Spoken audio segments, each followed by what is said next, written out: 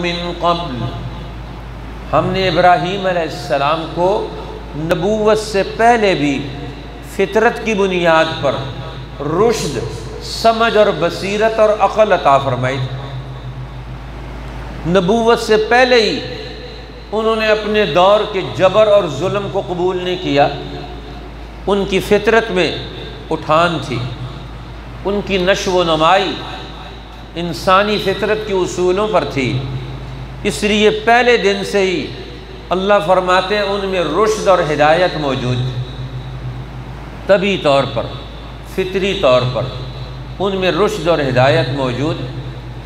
بچے تھے ابھی تو ماں سے سوال کیا کہ میرا رب کون ہے؟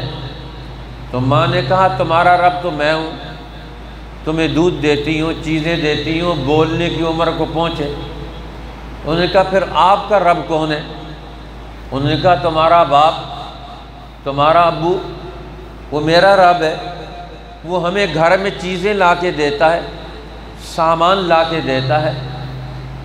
پھر پوچھا کہ اچھا پھر میرے باپ کا رب کون ہے؟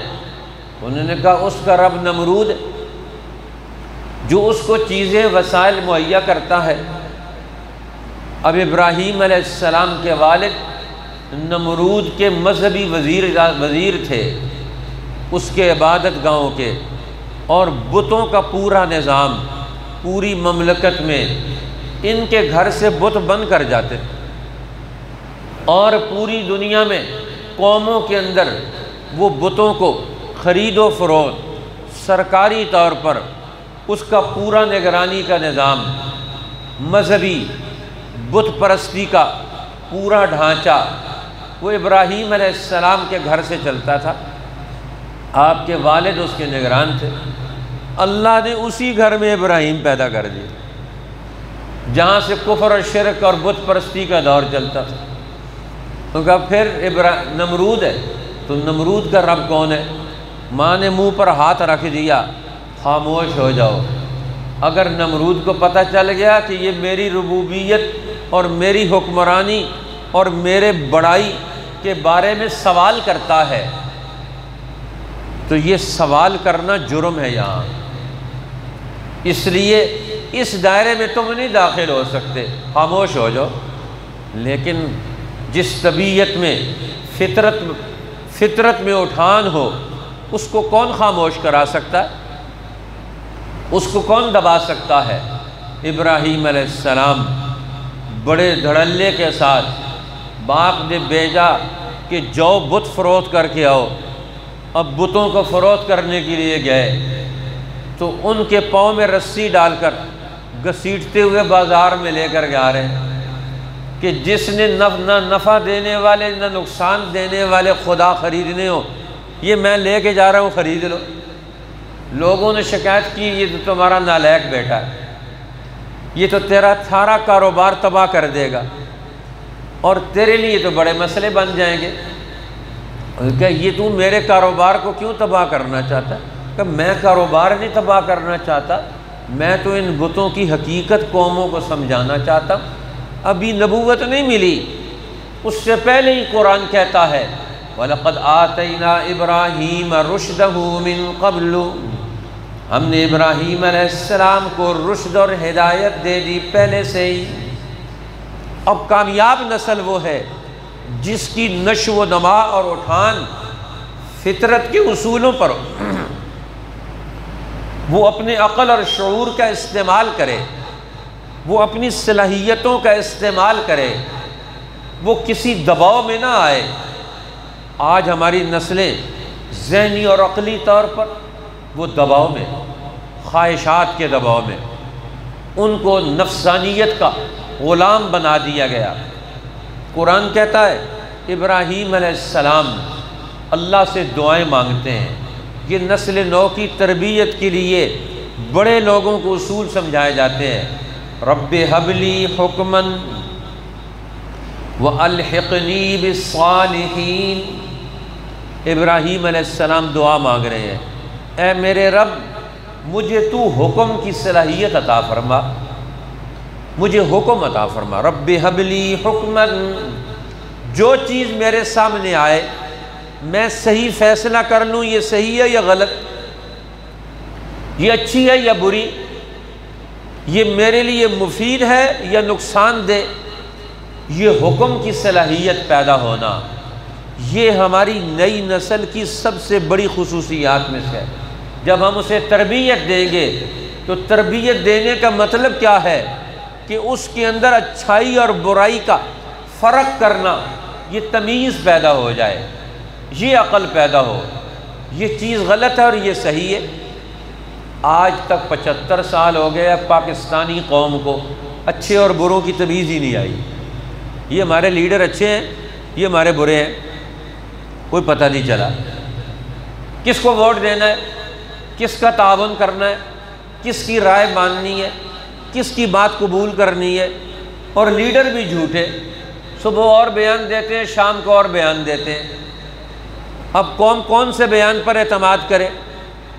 اب ایک ہر پارٹی کے ساتھ عوام کا ایک جمع غفیر جڑا ہوا ہے جو ان کی غلط اور صحیح ہر چیز کو قبول کرتا ہے۔ معیار کوئی بھی نہیں کسی کے یہاں بھی، علم کا معیار، عقل کا معیار، فطرت کا معیار وہ ختم ہو گئے کہ میرے لیڈر نے بات کہی ہے ہم اس کو مانیں گے، چاہے غلط بات ہو یا صحیح بات ہو۔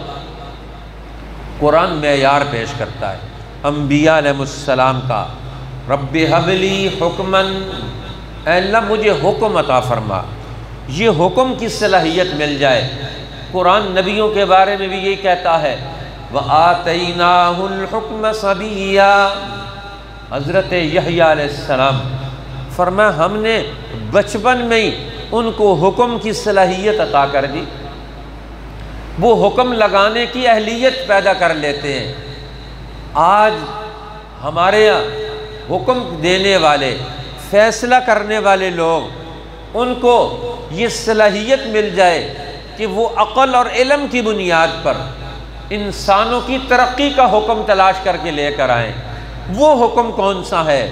ایک تو شیطانی حکم ہے، شیطان بھی آرڈر کرتا ہے، اس کی بات بھی رل مل جاتی ہے۔ اس لیے جب بندہ آگے بڑھتا ہے اس کے ساتھ دونوں چیزیں چل رہی ہوتی ہیں، اللہ کا علم بھی اور انسان کی اپنی فطرت اور عقل بھی، اور ساتھ شیطان کی رائے بھی۔ وَإِنَّ الشَّيَاطِينَ لَيُوحُونَ إِلَىٰ أَوْلِيَائِهِمْ لِيُجَادِلُوكُمْ وَإِنْ أَطَعْتُمُوهُمْ إِنَّكُمْ لَمُشْرِكُونَ۔ قرآن کہتا ہے شیطان اپنے دوستوں کی طرف وحی کرتا ہے، حکم بھیجتا ہے، ان کے دل و دماغ میں اپنی باتیں ڈالتا ہے۔ اور کیوں ڈالتا ہے؟ لیجادلوکم، وہ اپنی غلط باتوں کو لا کر معاشرے میں تمہارا مقابلہ کرے، انبیاء علیہ السلام کی رائے کو توڑنے کی کوشش کرے۔ اللہ کے نبیوں کا علم، اس کے مقابلے میں شیطانی علم اپنا پورا زور لگاتا ہے، طاقت لگاتا ہے۔ اللہ فرماتے ہیں ان اطعتموہم، اگر تم نے شیطانوں کا علم مان لیا، شیطانوں کا حکم مان لیا، شیطانوں کی بات مان لی، انکم لمشرکون، تو تم مشرک بن جاؤ گے۔ حکم صرف اللہ کا ہے، قانون صرف اللہ کا ہے، علم حق صرف اللہ کا ہے جس پر انسان نے اپنی زندگی گزارنی ہے، یہ تو صحیح انسان ہے۔ اور جو شیطانوں، نمرودوں اور جاہل اور ہوا پرست، خواہش پرست، نفس پرست شیطانوں کے متبع ان کے حکم پر چلے گا، یہ تو قرآن کہتا ہے شرک ہے۔ ان اطعتموہم انکم لمشرکون، اگر تم ان کی بات مانو گے تم مشرک بن جاؤ گے۔ اور مشرک اللہ کا باغی، اللہ کے قانون اور نظام کا باغی، اللہ کی حکومت کا باغی، وہ دنیا میں کیسے ترقی کر سکتا ہے؟ وہ کیسے کامیاب ہو سکتا ہے؟ اس لیے فرمایا ابراہیم علیہ السلام دنیا میں علم اور شعور کی اور حکم اور عقل کی صلاحیت کی دعا مانگ رہے ہیں۔ یہ نسل نو کی تربیت ہے کہ ہمارے اندر یہ صلاحیت پیدا ہو کہ ہم اپنی نسلوں کی ایسی تربیت کریں۔ اور دوسری چیز فرمایا وَأَلْحِقْنِي بِالصَّالِحِينَ، مجھے اپنے سلف و صالحین کے ساتھ جوڑ دے، ہم اپنی نسل کو وہ علم دیں، وہ نظریہ دیں جس سے اپنے گزرے ہوئے بزرگوں کے ساتھ، اپنے تاریخی تسلسل کے ساتھ ہم جڑ جائیں۔ کامیاب اور صحیح جماعت کی پہچان ابراہیم علیہ السلام کی دعا سے ہوتی ہے۔ پہلا اصول، ہم کسی غلط اور صحیح کو پہچاننا چاہتے ہیں، وہ کیا ہے؟ کیا یہ بات کرنے والا عقل، علم اور فطرت کے تقاضے پورے کرتا ہے کہ نہیں کرتا؟ یہ بات حق پر مبنی ہے کہ نہیں؟ علم پر مبنی بات ہے کہ نہیں؟ یہ فطرت انسانی کو ترقی دے سکتی ہے کہ نہیں؟ جو بات انسان کی فطرت کو ترقی نہیں دے سکتی، جو نظریہ حیات انسان کے لیے راستے صاف نہیں کر سکتا، ان کی زندگی کے مسائل کو حل نہیں کر سکتا، ان کی پریشانیوں کا حل انہیں نہیں بتاتا، جو علم، وہ علم ناقص علم ہے، وہ فاسد علم ہے۔ آج ہمارے ہاں بہت لوگ تقریریں کرتے ہیں، ان کی تقریروں کا نتیجہ انسانوں کے حق میں کیا نکلتا ہے؟ انسانوں کو اس سے کیا رہنمائی ملتی ہے کہ وہ اپنی زندگی کی مشکلات کا تعین کیسے کریں اور مشکلات پیدا کرنے والے ظالموں کا تعین کیسے کریں اور ان سے نکلنے کے لیے تدبیر اور راستہ ان کو کیسے ملے؟ اور میں یہ ہے عقل اور حق اور فطرت پر مبنی تعلیمات جس قوم کے اندر یہ آ گئی، یہ پہلا اصول ہے کامیاب جماعت کا، حق جماعت کا۔ یہ اللہ کے نمائندے ہوں گے جو کسی کی طرفداری نہیں کریں گے، بات بتانے میں، علم بتانے میں، علم کو چھپائیں گے نہیں، سچا اور صحیح اور حق علم وہ اس کو واضح کریں گے۔ یہ تو ہے حکمن کہ مجھے حق بات کو بیان کرنے کی توفیق دے دیں، پہلے میں حق کو خود سمجھ جاؤں، پھر میں حق کو اپنی قوم اور انسانوں کے اندر منتقل کرنے کے لیے، ان کے اندر اہلیت پیدا کرنے کے لیے میں اپنا دور پیدا کروں۔ ابراہیم علیہ السلام نے اپنا دور پیدا کر لیا، انہوں نے اپنی نسل پیدا کر لی، انہوں نے اپنے ماننے والے لوگ پیدا کر لیے، اب اسی سے انہوں نے مرکز بنا لیا کعبۃ اللہ کو، بیت المقدس کو، اور پوری انسانیت کی توحید کی اساس پر رہنمائی کا پورا نظام عمل اور نظام فکر وجود میں لے آئے۔ یہی تو کامیابی کی بنیاد۔ پھر ابراہیم علیہ السلام کے انہی اصولوں کے تسلسل پر اللہ نے بنی اسرائیل کے 4000 نبی دنیا میں بھیجے ابراہیم علیہ السلام کی نسل سے، اور پھر قیامت تک کے آنے والے انسانوں کے لیے ان کی دوسری پہلی لڑی میں سے حضرت اسماعیل علیہ السلام کی نسل سے امام الانبیاء محمد الرسول اللہ کو پیدا کر دیا۔ آپ نے قیامت تک کے آنے والے انسانوں کے لیے قرآن حکیم کی شکل میں اللہ سے علم اور حکم لے کر ہمارے سامنے اس کو واضح اور محفوظ شکل میں متعین کر دیا۔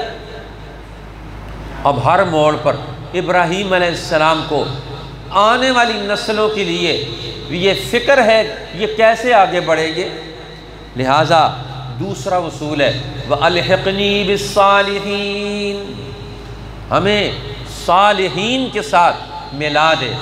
تاریخی تسلسل، ایسے رہنما ہونے چاہیے جن کا عقل اور علم بھی صحیح ہو، جن کے اندر حکم لگانے کی صلاحیت بھی موجود ہو، اور ان کا ماضی بھی تاریخ میں کامیاب ترین ماضی ہو۔ وہ ماضی میں بھی، تاریخ میں بھی، وہ دنیا میں انسانوں کی رہنمائی کا پورا دور گزار چکے ہوں، ان لوگوں کے ترجمان بن کر دنیا میں زندگی بسر کریں۔ یہ نہیں کہ پتہ ہی نہیں یہ ہمارا امام، یہ ہمارا لیڈر کہاں سے آ گیا، اس کا خاندان کیا ہے، اس کا سابقہ کردار کیا ہے، ان کا سابقہ دور کون سا ہے۔ اس لیے تاریخی تسلسل بھی ان کا صحیح ہونا چاہیے۔ اب یہ قرآن نے معیار مقرر کر دیا ابراہیم علیہ السلام کی دعاؤں سے ہمارے سامنے کہ رہنما لوگ کون سے ہوں گے، تربیت دینے والے لوگ، ان کو کن اصولوں کو مد نظر رکھنا پڑے گا۔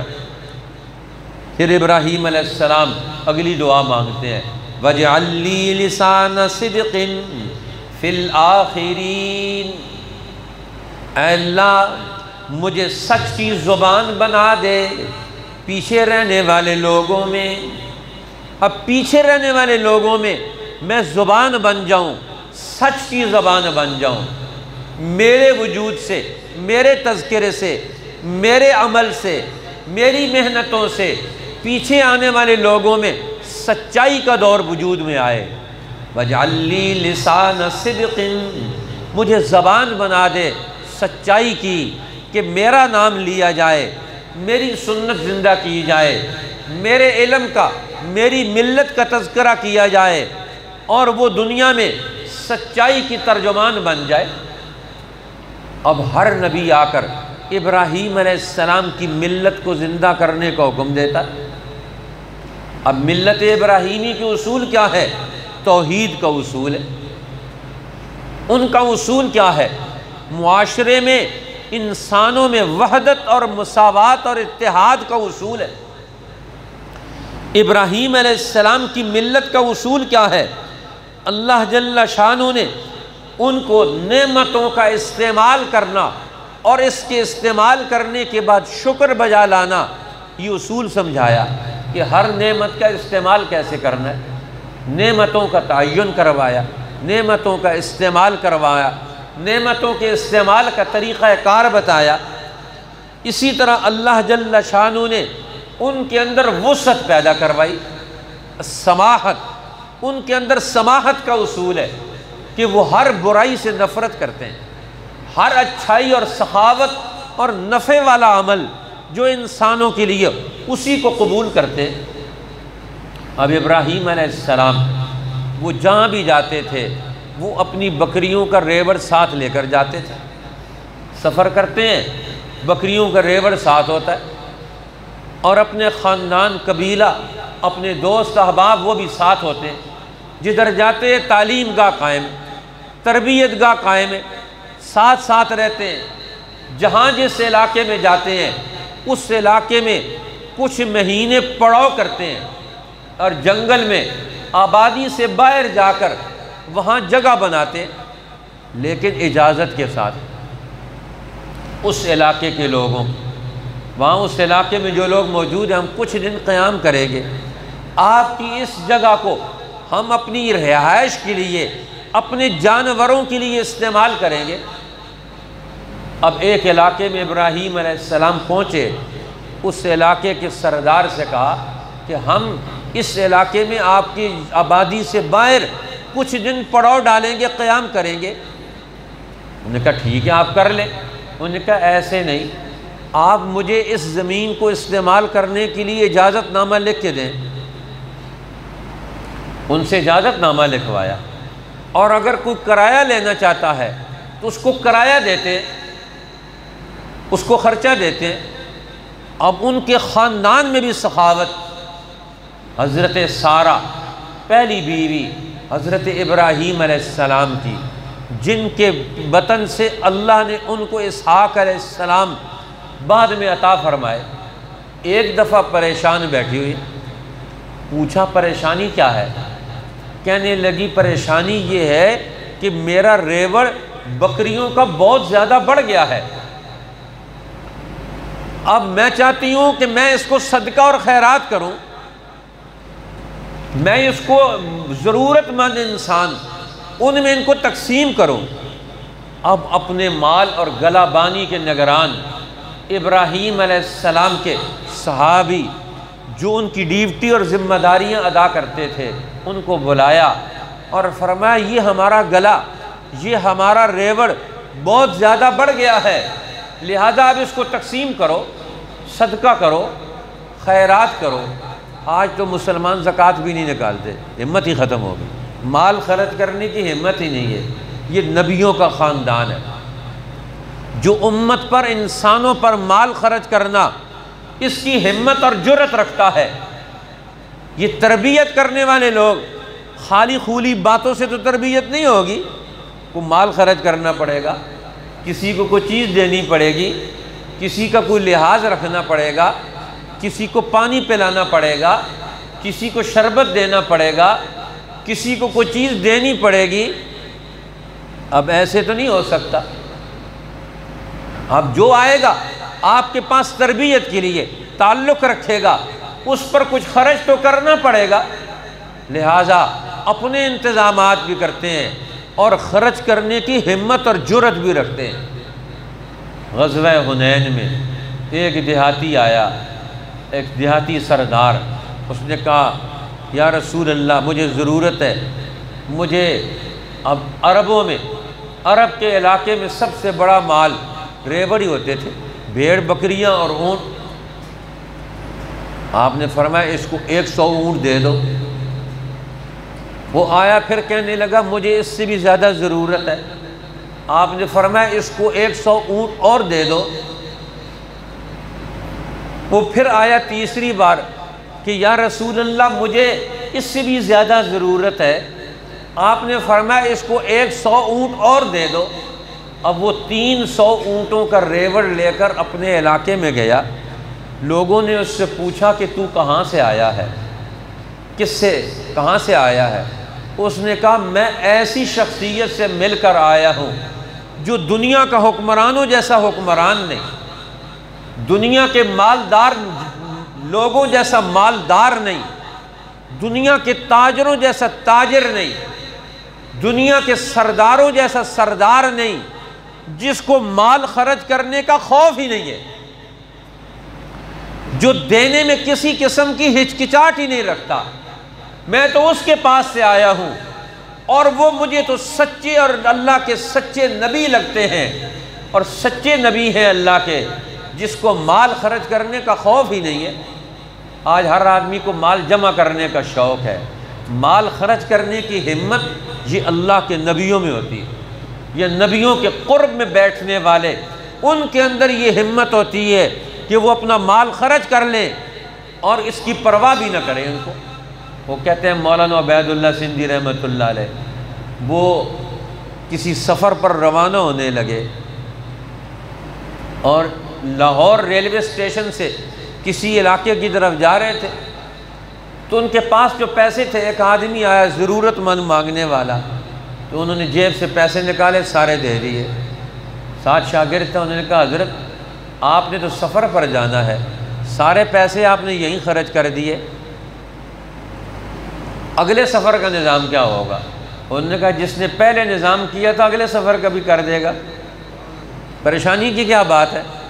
ذرہ بھر بھی قلق اور پریشانی نہیں ہے کہ بیٹھے ہوئے سارے پیسے دے دیے، اللہ دوسرا نظام کر دے گا ہمارے لیے، ہمارے سفر کا، جو ہماری آج کی ضرورت ہے وہی ہوا۔ تھوڑی دیر بعد اللہ نے ان کا نظام بنا دیا۔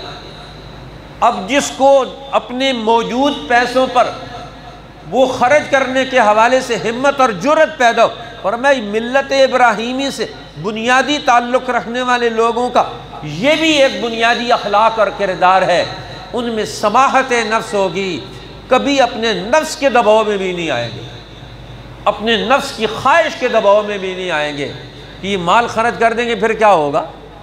جو اپنے نفس کے دباؤ میں نہیں آئیں گے وہ کسی شیطان کے دباؤ میں آ سکتے، وہ کسی نمرود کے دباؤ میں آ سکتے، وہ کسی اور طاقتور کے دباؤ میں آ کر، لالچ میں آ کر کو قدم زندگی کا عمل اٹھا سکتے ہیں۔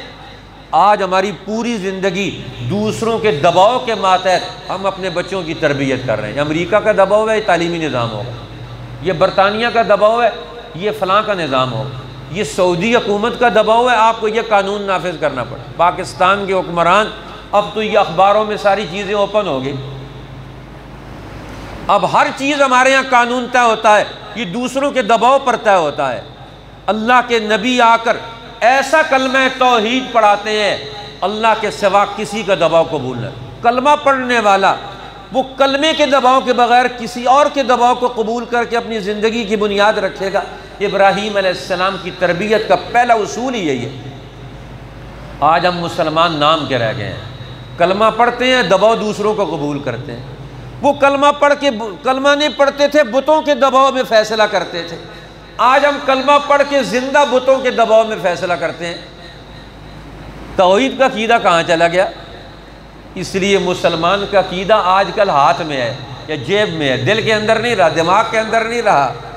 جب دل و دماغ میں لا الہ الا اللہ ہوگا، وہ کیسے کسی غلط رائے کو قبول کرے گا؟ وہ اپنی پوری قوم کو کیسے کسی غلط قانون کے ماتحت دے گا؟ اب وہ کسی غلط رائے کو قبول کیسے کر سکتا ہے؟ یہی تو کام کیا ابراہیم علیہ السلام نے، یہی تو کام کیا امام الانبیاء محمد الرسول اللہ نے۔ سب کو توحید کا عقیدہ ایسا پڑھایا، ملت ابراہیمی کا ایسا اصول سمجھایا اپنے خلفائے راشدین کو کہ انہوں نے زندگی کا رخ بدل دیا۔ اللہ ہمیں بھی اپنی نسلوں کی ابراہیمی اصولوں پر تربیت کرنے کی توفیق اور اہلیت عطا فرمائے۔ وآخر دعوانا الحمدللہ رب العالمین۔